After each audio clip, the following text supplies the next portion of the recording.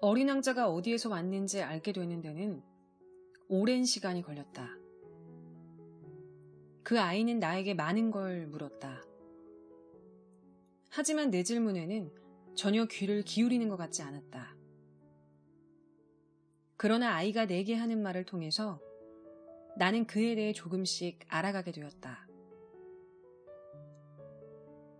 예컨대 내 비행기를 처음 보았을 때 그 아이는 물었다.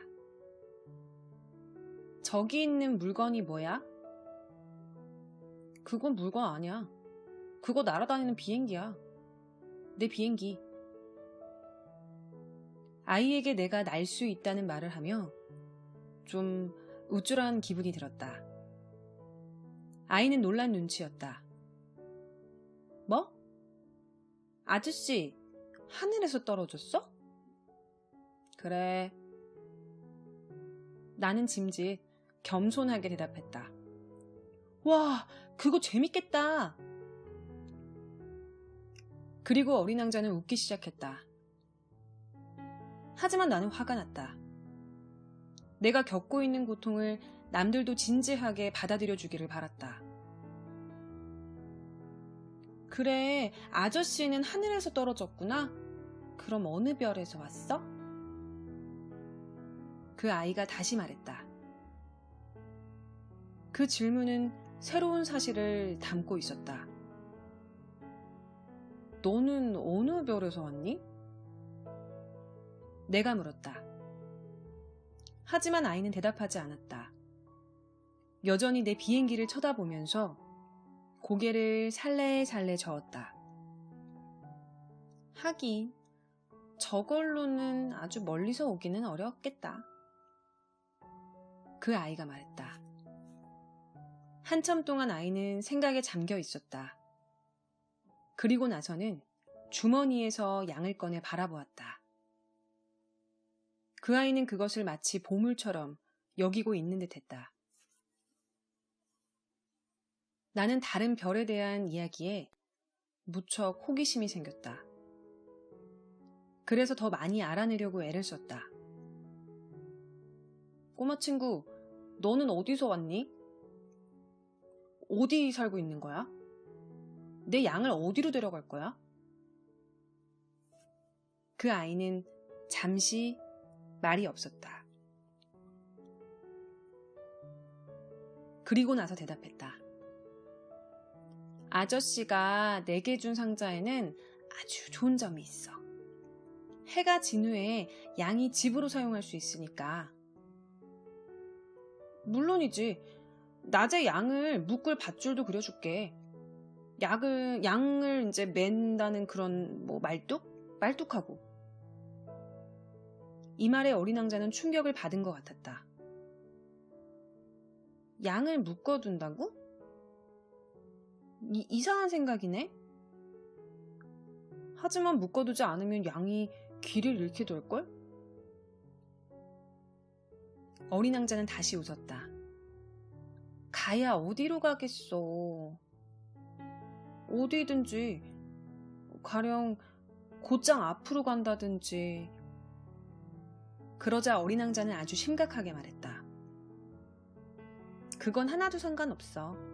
내가 사는 곳에는 모든 것이 너무나 작거든? 그리고는 조금 슬픈 듯이 덧붙였다. 곧장 앞으로 가더라도 그리 멀리는 갈 수 없을 거야. 이렇게 해서 나는 두 번째, 중요한 사실을 알게 되었다. 그가 떠나온 별은 집 한 채보다 조금 더 클까 말까 하다는 것이었다. 하긴 그건 그리 놀라운 일도 아니다. 지구나 목성, 화성, 금성처럼 아주 커다란 별들만이 이름을 갖고 있다는 것을 나는 아주 잘 알고 있었다. 너무 작아서 만원경으로도 보기 어려운 별들이 많이 있다. 그런 별들을 발견할 때 천문학자는 이름 대신 번호를 붙인다. 이를테면 소행성 325호 이렇게 부르는 것이다. 어린 왕자가 살던 별은 소행성 B 615호라고 생각된다. 그 소행성은 1909년 터키의 한 천문학자에 의해서 만원경으로 단 한 번 관찰된 적이 있다. 그런데 그 천문학자가 국제천문학회에서 자기가 발견한 사실을 발표했을 때 그의 옷차림 때문에 아무도 그의 말을 믿어주지 않았다. 어른들이란 바로 그런 식이다. 소행성 B612호 입장에서는 너무나 다행스럽게도 터키 통치자가 국민들에게 유럽식 양복을 입으라는 명령을 내렸다. 그렇지 않으면 사형에 처한다는 것이었다. 그 천문학자가 1920년 다시 그 별의 존재를 입증했을 때는 멋진 양복을 입고 있었다. 예상했겠지만 이번에는 모두들 그의 말을 믿었다. 이처럼 소행성 B612호에 대해 상세히 말하는 이유는 모두 어른들 때문이다. 어른들은 숫자를 좋아한다. 여러분이 어른들에게 새로 사귄 친구에 대해 이야기하면 그들은 막상 중요한 것에 대해서는 전혀 묻지 않는다. 가령 그의 목소리가 어떠니? 그가 어떤 게임을 좋아하니? 나비를 수집하니? 와 같은 질문은 절대로 하지 않는다. 나이가 몇 살이지? 형제는 몇 명이나 있니? 몸무게는 얼마나 되지? 그의 아버지가 돈을 얼마나 버시니? 와 같은 것을 물을 뿐이다. 그리고 나면 그 친구에 대해 다 알았다고 판단해버린다. 여러분이 어른들에게 아름다운 붉은 벽돌집을 보았어요. 창가에는 예쁜 꽃들이 피어 있고요. 지붕에는 비둘기가 놀고 있어요. 라고 말하면 어른들은 그 집이 좀처럼 상상이 되지 않는다. 그렇지만 10만 프랑짜리 집을 보았어요. 라고 말하면 그들은 대번에 아주 멋진 집이구나. 라고 말한다. 어린 왕자가 살았었지요. 그 아이는 아주 매력적이었어요. 잘 웃었고요. 양을 갖고 싶어 했어요. 이게 바로 그 아이가 존재했다는 증거예요. 라고 여러분들이 말한다면 어른들은 어깨를 으쓱하고는 여러분을 어린아이 취급할 것이다. 하지만 여러분이 어린 왕자가 살았던 별은 소행성 B-612예요. 라고 말하면 어른들은 여러분의 말을 믿을 것이다. 그리고는 더 이상 성가신 질문을 하지 않을 것이다.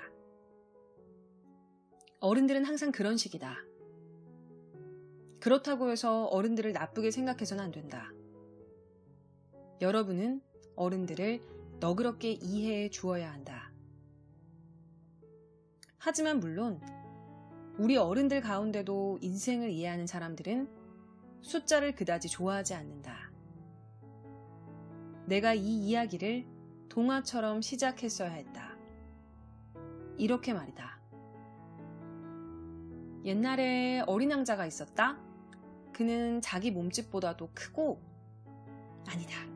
그리 크지 않은 별에서 살고 있었어. 그리고 친구를 갖고 싶었다. 인생을 이해하는 사람들에게는 이 편이 훨씬 더 생생하게 들릴 것이다. 사실 나는 어느 누구도 이 책을 가볍게 받아들이지 않았으면 한다. 이 기억을 되살리는 것은 내게 있어서 너무나 고통스러운 일이다. 내 친구가 양을 데리고 떠난 지 벌써 6년이 지났다. 여기서 내가 그 아이를 묘사하려고 애쓰는 것은 그 아이를 잊지 않기 위해서다. 친구를 잊는다는 것은 슬픈 일이다. 누구나 친구를 가지게 되는 것은 아니기 때문에 더욱 그렇다. 나는 오로지 숫자에만 관심이 있는 어른들을 닮고 싶지 않다. 그래서 물감 한 상자와 연필을 샀다. 내 나이에 다시 그림을 시작하는 것은 쉽지 않은 일이다. 나는 보아뱀의 뱃속과 거죽을 그린 이후로 아무것도 그린 적이 없었다. 그것도 내가 6살 때였던 것이다. 그 아이의 모습을 되도록 사실적으로 그리려고 노력은 해보겠지만 내가 잘 해낼 수 있을 거라는 확신은 없다. 어떤 그림은 실물과 비슷하겠지만 또 어떤 그림은 그렇지 않을 수가 있다. 나는 어린 왕자의 키도 제대로 가늠하지 못했다. 이 그림에서는 너무 크다. 또 이 그림에서는 너무 작다. 그리고 그가 입었던 옷의 색깔도 기억할 수가 없다. 그래서 옷 색깔을 때로는 이런 색으로, 때로는 다른 색으로 칠한다. 내 그림에는 중요한 여러 가지 부분들이 잘못 표현되어 있을 수도 있다. 여러분은 나를 용서해 주어야 된다. 내 친구는 내게 아무런 설명도 해준 적이 없었다. 어쩌면 그 아이는 나도 자기와 같다고 생각했으리라.